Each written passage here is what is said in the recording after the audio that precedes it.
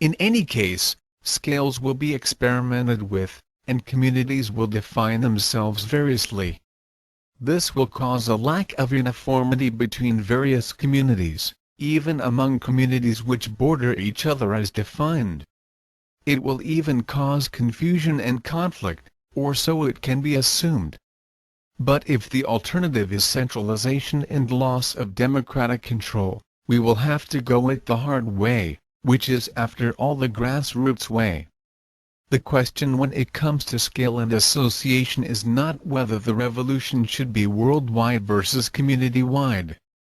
Of course it must be global, as critics of most grassroots organizing projects constantly insist. The real question is how we are going to develop the elaborate social systems necessary for ground-up, popular self-management of revolutionary struggle. Therefore, without precluding, indeed recognizing, the need for overarching, inter-networking organization of the revolution, we insist on an organic, grassroots process by which umbrella structures can come about, forming holarchies in place of hierarchies. Here we run into an unusual but very simple concept. A holarchy is a model of organizational structure which provides various levels of social strata for administrative purposes, but not various levels of authority. Abstractly speaking, it is a hierarchy without differentials in the amount of decision-making power the various levels of the pyramid have at their disposal. In the current, Republican model of federal government used by the United States, there are several levels of authority. The President, at the top of the pyramidal hierarchy, obviously has an inordinate amount of power compared to everyday citizens. And there are various levels of power in between. In a holarchy, which is still shaped as a pyramid with fewer officers manning the top ranks, as you go up model from citizen to the higher levels, decision-making power authority decreases as administrative function increases.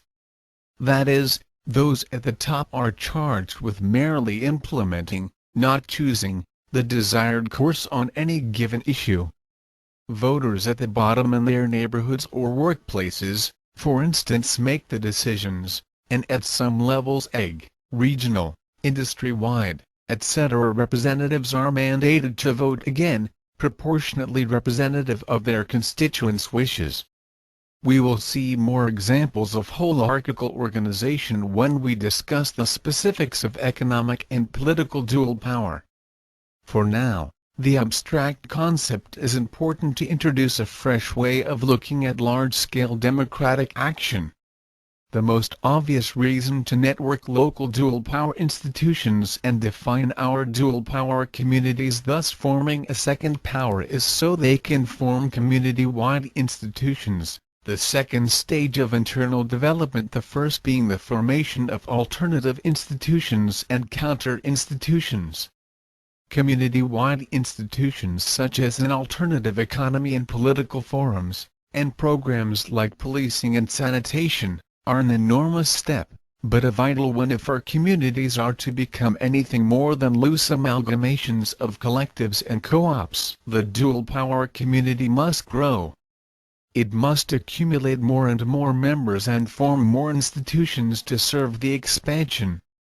The community can only grow, however, as a result of individuals and organizations willingly deciding to participate in the community. We cannot, like traditional union organizers, approach an organization and ask it to vote on whether to join us or not. We must use a far more organic approach, and participation must be based on consensus. Unenthusiastic members are valuable only as numbers, at best as means to an end, and this is simply not how to go about making revolution. Furthermore, the openness of the community must be limited. There should be a clearly defined mission, and structures which ensure the community's consistency with the mission. The mission should be explicit about its desire to change society structurally, and not just to provide a comfortable alternative to the dominant system. This will certainly limit the number of people enthusiastic about joining. Most of the yuppie types now affiliating with food co-ops will shy away or even be opposed. This is where class divisions will become more obvious, and those content with leftist lip service will duck out. Those less interested in rhetoric but eager for practical change and action will take their places, hopefully several to one. This obviously implies that existing AIs and XIs which consider becoming official member institutions of the new dual power community will often undergo internal strife themselves. But this is a necessary stage in the development of revolutionary organization.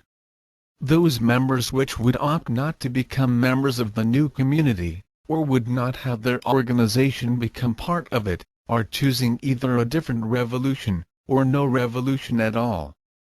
Unfortunately, not every alternative or counter-institution will be at the appropriate point in its development to embrace the dual power and become an integral aspect of it. Some institutions will split, certain factions opting to move on to the dual power, others maintaining the current direction. When we talk about forming dual power institutions, we don't simply mean organizing them from scratch, or radicalizing existing AIs. Especially where economic institutions are concerned, we are talking in many cases about transforming existing firms and entire industries. Labor organizations are good, general examples of XIs. Their job, when they carry it out properly, is to represent labor in opposition to management ownership. A radical union seeks not only cosmetic and quality of life gains for workers, but also more power structurally. As bosses' control of the workplace decreases, workers' power increase. And when this can be done structurally, such as through the formation of various kinds of workers' councils, a radical change has occurred. A firm undergoing such structural alteration may be well on its way to becoming a workers' cooperative, collectively managed and thus eligible for membership in the dual power community. Finally, as has been suggested, the implementation of dual power is not merely a method of arranging objective social conditions such as institutions and the political economic system in general, but also serves to facilitate the subjective, or personal, growth of the very individuals who will make the revolution. This is handled not only by economic and political institutions, but also by new conceptions and relationships of kinship and culture as well. A hybrid kind of institution, both political and economic in its nature, is required for this type of active